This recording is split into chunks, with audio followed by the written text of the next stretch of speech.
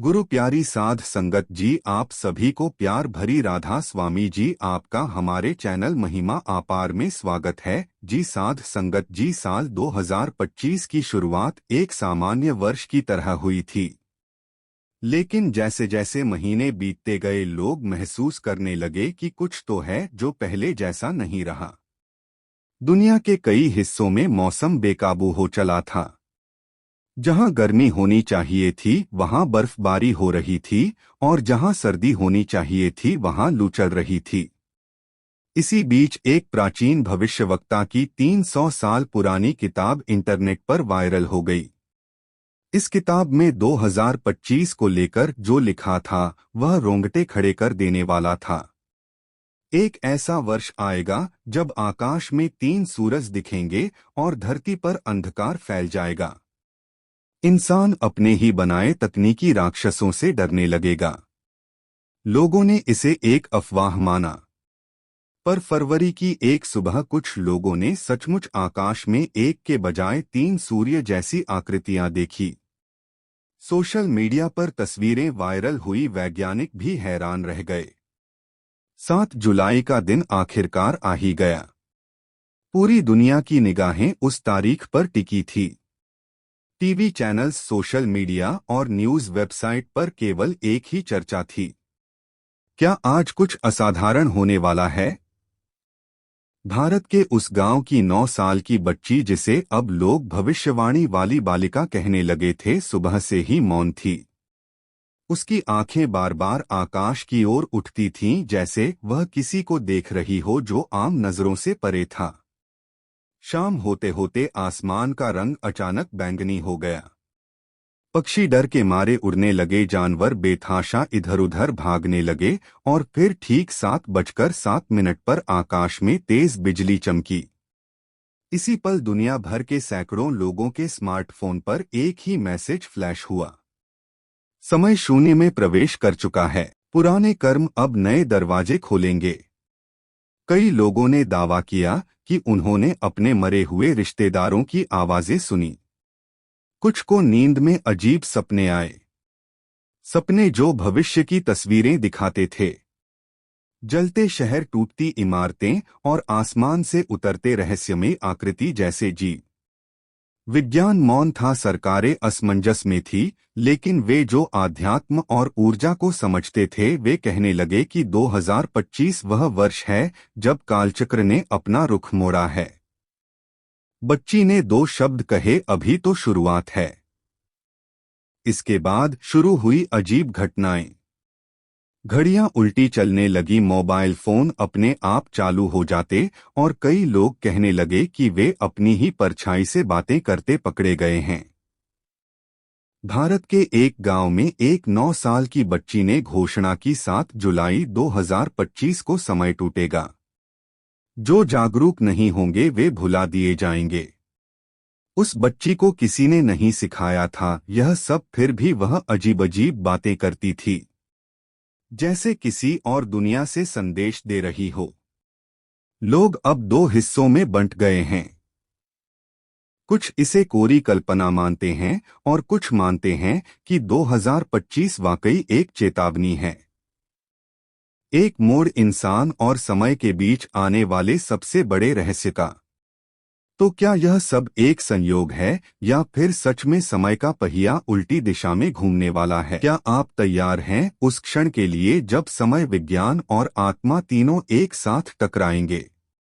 बच्ची के वह 3 शब्द, अभी तो शुरुआत है, पूरी दुनिया के लिए जैसे एक चेतावनी बन गए। 8 जुलाई की सुबह कुछ अलग ही थी। सूरज उगा जरूर था, लेकिन उसकी रोशनी में अजीब सी ठंडक थी, जैसे रोशनी हो लेकिन ऊर्जा ना हो। वैज्ञानिकों ने सूरज की किरणों में रेडिएशन स्तर में गिरावट दर्ज की, पर उन्हें इसका कोई कारण नहीं मिला। इस दिन एक और अजीब घटना घटी। पूरे विश्व में घड़ियां 7:07 पर रुक गई। मोबाइल, दीवार, घड़ियां, लैपटॉप, सब कुछ। और जब 2 मिनट बाद चलना शुरू हुआ तो कुछ लोगों की याददाश्त चली गई थी। कुछ लोग कहने लगे कि वे 2 मिनट के लिए किसी और दुनिया में चले गए थे। जहां सब कुछ चांदी जैसा चमक रहा था और हवा में अजीब सी संगीत की लहरें तैर रही थी। उन्होंने वहां समय को जीवित महसूस किया। इसी बीच भारत, तिब्बत और ब्राजील में 3 अलग-अलग स्थानों पर जमीन से चमकते पत्थर निकले जिन पर कोई प्राचीन भाषा में खुदाई हुई थी। उन पत्थरों पर कुछ शब्द बार बार दोहराए गए थे। जागो, समय लौट रहा है। तुम वही नहीं हो जो समझते हो। इस बीच वह बच्ची फिर से दिखाई दी। इस बार वह गांव की पहाड़ी पर खड़ी होकर चिल्लाई, 3 चिन्ह दिखेंगे, 3 आत्माएं मिलेंगी और फिर एक द्वार खुलेगा। अब पूरी दुनिया में 3 तरह के लोग बन चुके थे। 1 जो इस सब को सिर्फ भ्रम मानते थे। 2 जो डर से छिपते फिर रहे थे। तीसरा चिन्ह जो केवल कुछ खास लोगों को दिखा। तब एक बार फिर बच्ची बोली, अब फैसला तुम्हारे कर्मों पर है। या तो तुम प्रकाश बनोगे या परछाई में खो जाओगे।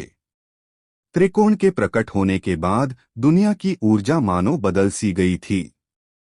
कुछ लोगों को अचानक तेज सिर दर्द होने लगा, कुछ ने अजीब अजीब बातें बोलना शुरू कर दिया, जैसे वे किसी और भाषा में बातें कर रहे हो जो वे खुद भी नहीं समझ पा रहे थे।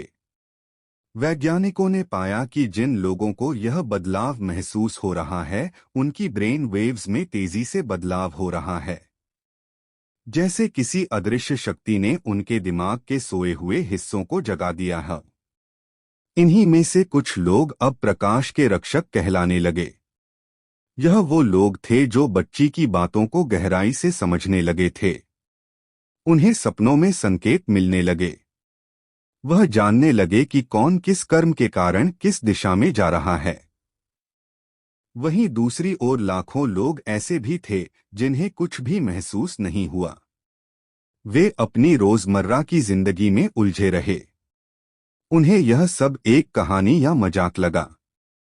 लेकिन धीरे धीरे उनके चेहरे से चमक गायब होने लगी। उनकी आंखों में खालीपन दिखने लगा। बच्ची ने इन्हें नाम दिया भूलने वाले। भूलने वाले धीरे धीरे अपनी स्मृतियों को खोने लगे। पहले नाम भूले, फिर रिश्ते, फिर समय का अंदाजा। वे चलते थे, खाते थे, लेकिन जैसे आत्मा कहीं खो चुकी हो। और फिर अगस्त की एक रात बच्ची ने एक गुफा की ओर इशारा किया जो गांव के पास ही थी, लेकिन किसी ने उसे पहले कभी देखा नहीं था। उस गुफा के बाहर एक चमकदार वृत्त उभरा और जैसे ही 3 प्रकाश रक्षक उस वृत्त में घुसे, समय थम गया। आसमान से तेज आवाज आई, प्राचीन द्वार खुलने को है। तीसरी चेतावनी पूरी हो चुकी है। जो तैयार हैं वे प्रवेश करें। गांव के सारे पेड़ एक साथ झुक गए, जानवर शांत हो गए। बच्ची ने आंखें बंद की और धीरे से कहा, अब निर्णय का समय है। 2025 केवल एक वर्ष नहीं, यह चयन है। आत्मा या अंधकार। गुफा के द्वार पर जैसे ही 3 प्रकाश रक्षक भीतर कदम रखते हैं, हवा की गति थम जाती है। चारों ओर एक अजीब सी निर्वता फैल जाती है, इतनी गहरी जैसे वक्त सांस रोके खड़ा हो। के भीतर अंधकार नहीं बल्कि नीली और सुनहरी रोशनी की लहरें तैर रही थी। यह रोशनी दीवारों पर नहीं पड़ रही थी बल्कि सीधे आत्मा से टकरा रही थी। वहां समय का कोई नियम नहीं था, ना दिन ना रात ना घंटों की सीमा। अचानक एक गूंजती हुई आवाज आती है, तुमने सत्य चुना है, पर सत्य की राह बलिदान मांगती है। क्या तुम तैयार हो अपनी सबसे गहरी स्मृति छोड़ने के लिए? पहली परीक्षा शुरू होती है। हर रक्षक के सामने उसका सबसे प्रिय व्यक्ति खड़ा होता है, लेकिन वह बस एक भ्रम होता है। उस व्यक्ति को छोड़ना, उसकी स्मृति को मिटाना, यही पहला बलिदान था। जो रक्षक यह बलिदान देता उसके दिल से रोशनी फूटती थी, जो नहीं दे पाता वह धीरे धीरे पत्थर बन जाता था। दूसरी परीक्षा थी भय की गहराई से गुजरना। हर व्यक्ति को उस एक पल में ले जाया गया जहां उसने अपने जीवन में सबसे ज्यादा डर महसूस किया था। वही डर फिर से सामने जीवित हो उठा। किसी के सामने मृत्यु आई, किसी के सामने अकेलापन और किसी के सामने धोखा। लेकिन जो इस डर से गुजर गया वह और भी तेज प्रकाश बन गया। तीसरी और अंतिम परीक्षा थी स्वयं को भूलना। अब रक्षकों से कहा गया, अगर तुम इस द्वार के पार जाना चाहते हो तो मैं शब्द छोड़ दो। अपना नाम, पहचान, उद्देश्य सब कुछ भूल जाओ। गुफा के अंत में एक द्वार था। वह द्वार किसी दरवाजे जैसा नहीं बल्कि एक कंपन करता हुआ प्रकाश पथ था। बच्ची जो अब वहां मौजूद थी बोली, यह है पुनर्जन्म का द्वार। पर यह इस बार जन्म नहीं देगा बल्कि चेतना को मुक्त करेगा। 3 में से 2 रक्षक आगे बढ़े। जैसे ही उन्होंने द्वार पार किया एक तेज रोशनी फैली और उनकी देह वहीं विलीन हो गई। बच्ची ने मुस्कुराते हुए कहा, वह अब समय के बाहर हैं। वे अब सिर्फ नाम नहीं, चेतना है, और यह सिर्फ शुरुआत है। गुफा के द्वार के भीतर 2 रक्षक मुक्त हो चुके थे, पर दुनिया के बाकी हिस्सों में अब एक नया बदलाव शुरू हो चुका था। जिन्होंने चेतना की राह नहीं चुनी थी, जिन्हें बच्ची ने भूलने वाले कहा था, उनमें अब एक अजीब व्यवहार दिखने लगा। वे अब और अधिक यांत्रिक हो गए थे। भावनाओं से रहित, आंखों में शून्यता और चेहरों पर कोई अभिव्यक्ति नहीं। धीरे धीरे उनमें से कई ने बोलना बंद कर दिया। कुछ बस दीवारों को घूरते रहते थे और कुछ अपना ही नाम भूल गए थे। वैज्ञानिकों ने इसे माइंड ब्लैंकिंग सिंड्रोम नाम दिया, लेकिन उन्हें इसका कोई इलाज नहीं मिला। इसी बीच दुनिया के अलग अलग हिस्सों में रहस्यमयी चिन्ह प्रकट होने लगे। पुराने मंदिरों की दीवारों पर, बर्फीले पहाड़ों की चोटियों पर और यहाँ तक कि कुछ इंसानों की हथेलियों पर भी। इन चिन्हों की भाषा आज की नहीं थी। वह ध्वनि की भाषा थी जिसे सुना नहीं, महसूस किया जाता था। बच्ची अब हर जगह दिखाई देने लगी थी। कभी सपनों में, कभी किसी मंदिर में और कभी तो भीड़ के बीच अचानक। हर बार वह एक ही बात कहती, अंत अब दूर नहीं। चेतना या विस्मृति, चयन अभी भी शेष है। धरती अब 2 हिस्सों में बंट चुकी थी।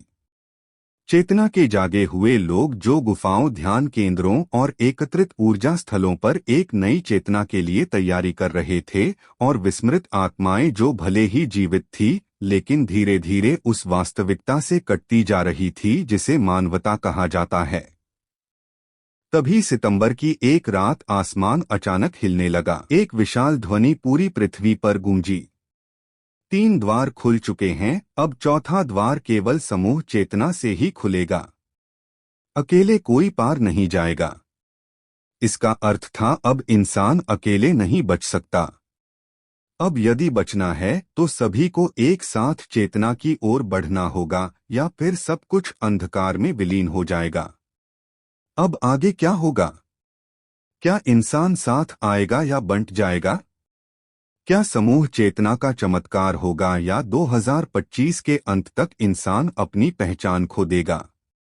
संगत जी, अब अगली साखी की शुरुआत करते हैं। संगत जी, सोचिए जरा, कितने लोग इस धरती पर तड़प रहे हैं प्रभु नाम की एक झलक के लिए, पर उन्हें आज तक नामदान की बख्शिश नहीं मिली। और फिर देखिए अपना भाग्य, हमें यह अनमोल खजाना यूं ही मिल गया। पर क्या हमने कभी रुककर यह सोचा कि हमें मिला क्या है और करना क्या है? संगत जी, नामदान के समय हमें स्पष्ट बताया गया था कि इस आत्मा को अपने सच्चे घर लौटना है, उस मालिक की ओर जिसे हम शब्द ध्वनि के माध्यम से अनुभव कर सकते हैं। हमारे जीवन का मूल उद्देश्य है उस शाश्वत ध्वनि को सुनते सुनते प्रभु की प्राप्ति करना। पर अफसोस, बहुतों को तो यह भी नहीं पता कि सिमरन और भजन में फर्क क्या है। और बहुत से ऐसे भी हैं जिन्हें नाम तो मिल गया पर अब करना क्या है इसका पता ही नहीं। बाबा जी ने ध्यान साधना की जो युक्ति बताई है, उसमें बैठने का तरीका, पहले कौन सी विधि अपनानी है, कब शांति आएगी और शब्द ध्वनि कब सुनाई देगी, यह सब एक क्रम में समझना बहुत जरूरी है, क्योंकि बिना सही क्रम और समझ के साधना केवल एक रस्म बनकर रह जाती है। संगत जी, हमारी हाथ जोड़कर विनती है कि इस वीडियो को अंत तक जरूर देखें। आज हम इस विषय को गहराई से समझते हैं कि ध्यान साधना का सही तरीका क्या है, पहला कदम कौन सा है और कैसे हम उस धुन तक पहुंच सकते हैं जो आत्मा को मालिक से जोड़ती है। और हाँ संगत जी, अगर आप हमारे चैनल भजन मार्गम पर नए हैं तो कृपया सब्सक्राइब जरूर करें, ताकि बाबा जी की अमूल्य शिक्षाएं आपके जीवन में निरंतर पहुंचती रहे। साचा साहिब सांच नाय भाषिया भाव अपार आँख ही मंधी देही दांत करे। दाता संगत जी, सोचिए हम कितने भाग्यशाली हैं कि हमें एक सच्चे गुरु की शरण में आने का अवसर मिला। और यदि हमें ध्यान में बैठकर प्रभु का सुमिरन करने, अपने प्रेम को अर्पित करने की कृपा भी मिली है, तो यह और भी महान सौभाग्य है। संत जनों ने कहा है कि यह प्रेम पूर्वक किया गया सुमिरन ही प्रभु को सबसे प्रिय सेवा है। ध्यान कोई ऐसा काम नहीं है जो हम कभी कभी कर ले। यह तो जीवन भर की एक साधना है जिसमें मन को प्रेम की ओर झुकाया जाता है। संगत जी, जैसे एक बूंद समुद्र से एकाकार होना चाहती है, पर वह सीधे समुद्र तक नहीं पहुंच सकती। उसे पहले एक प्रक्रिया से गुजरना पड़ता है।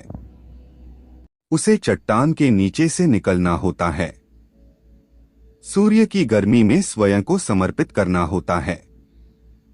उसका काम बस इतना है कि वह अपना ध्यान सूर्य की ओर कर दे और ग्रहणशील हो जाए। सूर्य शेष कार्य करता है, उसे अशुद्धियों से मुक्त करता है, उसे बादलों में उठाता है और फिर उसे वर्षा की बूंद बनाकर समुद्र से मिला देता है। संगत जी, जब हम ध्यान करते हैं हम भी यही करते हैं, स्वयं को ग्रहणशील बनाते हैं। शेष कार्य गुरु करते हैं।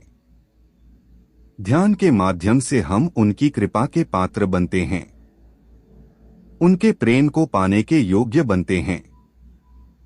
संगत जी, महाराज चरण सिंह जी ने कहा है, किसी भी शारीरिक क्रिया से ध्यान की जगह नहीं ली जा सकती, क्योंकि जिससे आत्मा को मिलना है वह कोई भौतिक रूप नहीं है, क्योंकि हमारी मंजिल भौतिक नहीं है। इसलिए शरीर का ध्यान में बस इतना ही योगदान है कि वह मन को विचलित ना करें। इसलिए ध्यान के समय शरीर को पूर्ण स्थिरता की अवस्था में लाया जाता है। मुख्य भूमिका तो मन की होती है। ध्यान का अभ्यास मन को भीतर की ओर मोड़ना और उसे स्थिर करना ही है। संगत जी, ध्यान की यही मूल विधि है। अपनी प्रत्येक ध्यान की किरण को संसार से हटाकर भीतर केंद्रित करना और फिर उसे नेत्र केंद्र पर स्थिर करना। यह विधि हमारे सद्गुरु ने हमें सिखाई है और इसमें 3 मुख्य अंग हैं, सिमरन, ध्यान और भजन। संगत जी, सिमरन यानी गुरु द्वारा दी गई 5 नामों की चुपचाप पुनरावृत्ति। यह हमारे ध्यान को संसार से हटाकर नेत्र केंद्र तक लाती है। ध्यान यानी गुरु के रूप पर मनन करना। यह ध्यान को वही स्थिर रखता है। यह दोनों अभ्यास एक साथ किए जाते हैं ताकि मन शांत हो और वह भीतर गूंज रहे शब्द के साथ एकरस हो सके। फिर भजन के अभ्यास द्वारा हम उस शब्द की दिव्य ध्वनि को सुनते हैं और उसकी ओर आकर्षित होते हैं। लेकिन शब्द तब तक आत्मा को ऊपर नहीं खींचता जब तक कि ध्यान की हर किरण नेत्र केंद्र पर एकत्र न हो जाए। इसलिए सिमरन का अभ्यास अत्यंत आवश्यक है। संगत जी, सिमरन, ध्यान, भजन, यह तीनों अंग सद्गुरु द्वारा दी गई वह सीढ़ियां हैं जिनके सहारे आत्मा इस नश्वर संसार से उठकर अमर ज्योति से एकाकार हो सकती है। जो भी इन्हें नियमित रूप से प्रेम पूर्वक अपनाता है वह मालिक की ओर लौटने की राह पर चल पड़ता है।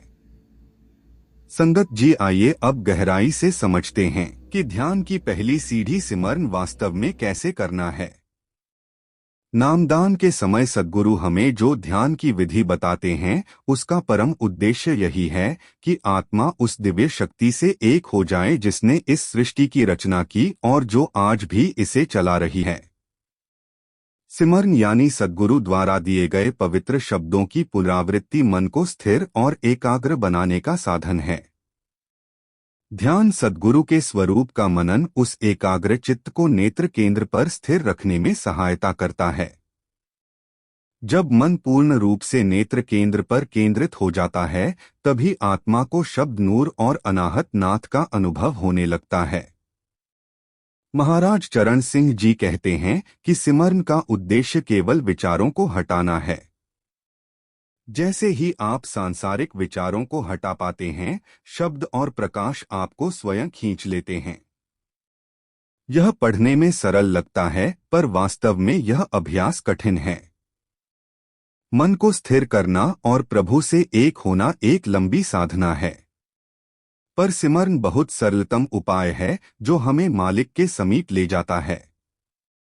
हम संसार की परिस्थितियों या दूसरों पर निर्भर नहीं रह सकते। केवल सिमरन ही है जो हमें भीतर खींचता है और सद्गुरु की कृपा को आमंत्रित करता है। जब सद्गुरु हमारे साथ होते हैं तो वह अनुभव शब्दों से परे होता है, पर उस अनुभव को संभाल कर रखने का एकमात्र उपाय है सिमरन। यही अभ्यास हमें सद्गुरु की उपस्थिति का अनुभव कराता है, भले ही वे शारीरिक रूप से हमारे पास ना हो। आरंभ में सिमरन मन को मजबूरी से करना पड़ता है क्योंकि मन को संसार के विषयों का सिमरन स्वाभाविक रूप से आता है। पर धीरे धीरे जब प्रेम और श्रद्धा जुड़ती है तब यही अभ्यास कृपा को खींच लाता है। कभी कभी हम अपने प्रेम और श्रद्धा की कमी को लेकर निराश होते हैं, पर महाराज चरण सिंह जी कहते थे कि यदि हमारे भीतर प्रेम या विश्वास ना होता तो हम इन बातों के बारे में सोचते ही नहीं सत्संग में जाते, नहीं पुस्तकें पढ़ते। इसलिए यदि हम अपनी कमियों को लेकर भी सजग हैं तो यह दिखाता है कि हम प्रेम और विश्वास की राह पर चल रहे हैं। महाराज सावन सिंह जी कहते हैं, सिमरन के फल उस प्रेम और श्रद्धा के अनुसार मिलते हैं जिनके साथ उसे किया जाए। सच्चे प्रयास से बार बार असफल होने पर जो विनम्रता आती है वही मालिक की कृपा को खींच लाती है। सिमरन भले ही सूखा लगे पर वह भीतर प्रेम और गर्माहट की लहर को जगा सकता है। यह अभ्यास हमारे भीतर प्रभु के साथ एक जीवन संबंध को गढ़ता है। यह हमारी पुकार है, हमारी प्रेम भरी नजर है। मालिक का हाथ थामना है, उनके साथ चलना और उनके पास बैठना है। जैसे हम दिन में अपनों को याद करके एक फोन करते हैं, वैसे ही हम सिमरन द्वारा दिन भर में सद्गुरु से संपर्क बनाए रख सकते हैं। सिमरन केवल मन को व्यस्त रखने का साधन नहीं बल्कि प्रभु से संवाद करने का सर्वोच्च तरीका है। हम उन्हें पुकारते हैं, उनकी स्तुति करते हैं, समर्पण करते हैं, रोते हैं या हंसते हैं, तब भी सिमरन ही वह माध्यम बनता है। यह हमारी मदद की पुकार है। जैसे कोई डूबता हुआ व्यक्ति बचाओ बचाओ चिल्लाता है, पर जब कोई उसे रस्सी डालता है तब वह उस रस्सी को पकड़ता है। सिमरन हमारी पुकार है और ध्यान वह रस्सी पकड़ना है, फिर शब्द हमें उस ओर खींच लेता है। सिमरन हमारी भेंट है। मालिक को हम दिन रात संसार की सेवा में लगे रहते हैं, पर ध्यान का समय वह 10वां हिस्सा है जो हम उस मालिक को अर्पित करते हैं जिसने हमें सब कुछ दिया है। हर नाम, हर शब्द एक अर्पण है। जैसे हम अपने मित्रों को एक कप चाय देते हैं, वैसे ही हम सद्गुरु को अपना सिमरन दे सकते हैं। सिमरन प्रभु की सांसें लेने जैसा है।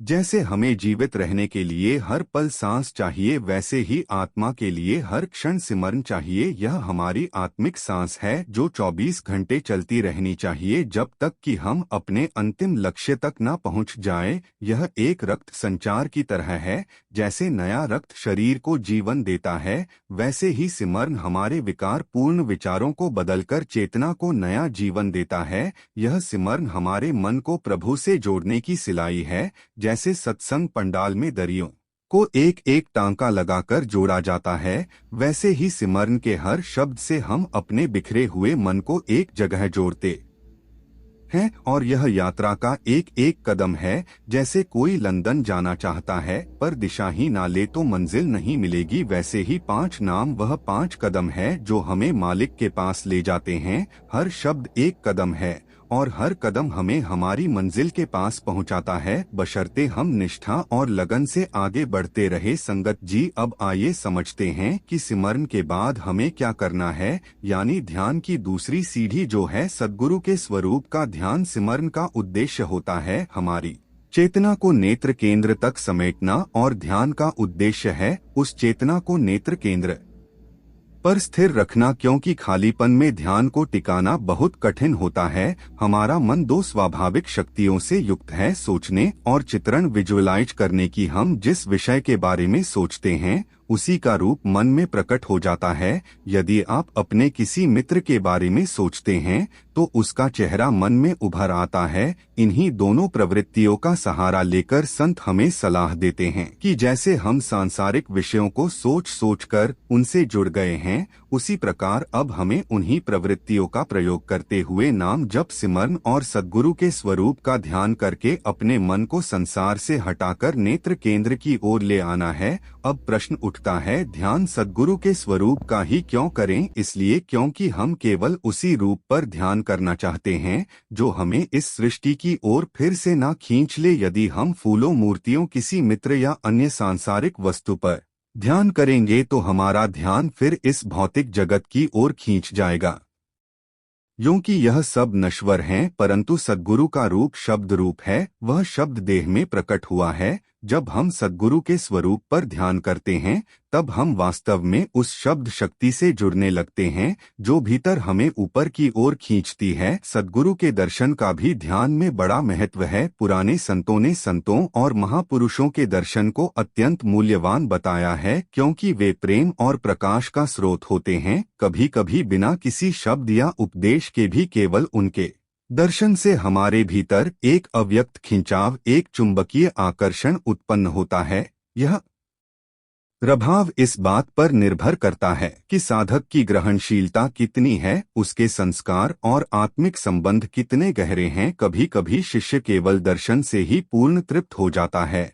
और उसे सद्गुरु से कुछ और नहीं चाहिए होता। केवल दर्शन से आनंद की अनुभूति होना दर्शाता है कि उसके भीतर प्रेम है, और प्रेम आत्मिक मार्ग की पहली आवश्यकता है। जब किसी को प्रियतम के दर्शन हो जाते हैं तो फिर उसका मन और कुछ नहीं चाहता, वह बार बार उस स्वरूप को देखने की तड़प रखता है और यही तड़प साधक को भीतर सद्गुरु के निकट ले जाती है। इसीलिए ध्यान के अभ्यास में सद्गुरु के स्वरूप पर मन को केंद्रित करना बहुत आवश्यक है। जब हम सिमरन कर रहे होते हैं तो साथ साथ हमें उनके दिव्य स्वरूप का भी ध्यान करना चाहिए। यदि हम केवल सोचने की प्रवृत्ति को ही सक्रिय रखें और उसका दिशा निर्देशन न करें तो मन संसार के लोगों, वस्तुओं और स्थानों की ओर दौड़ता रहेगा। जिन्होंने सद्गुरु को अपने नेत्रों से देखा है वे सिमरन करते हुए उनके स्वरूप पर ध्यान कर सकते हैं, और जिन्होंने अभी सद्गुरु के दर्शन नहीं किए हैं वे किसी तस्वीर या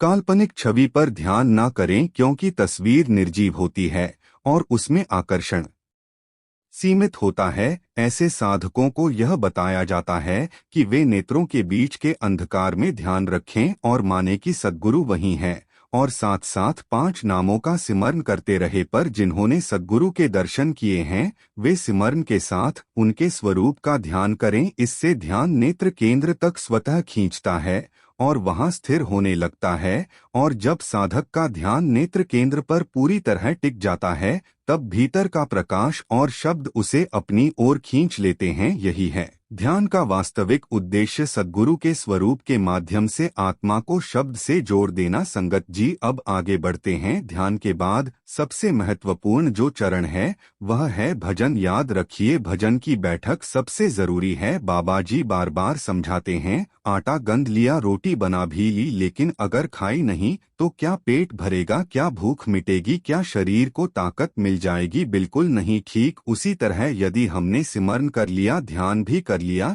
लेकिन भजन नहीं किया तो आत्मा को वास्तविक ऊर्जा कहाँ से मिलेगी? आत्मा की भूख कैसे शांत होगी? सिमरन और ध्यान तो केवल तैयारी है, जैसे भोजन पकाने की तैयारी होती है, लेकिन भजन ही वह सच्चा भोजन है जिससे आत्मा को वह शक्ति प्राप्त होती है जो उसे मालिक से जोड़ती है। इस वीडियो को शेयर करें और चैनल को सब्सक्राइब करें।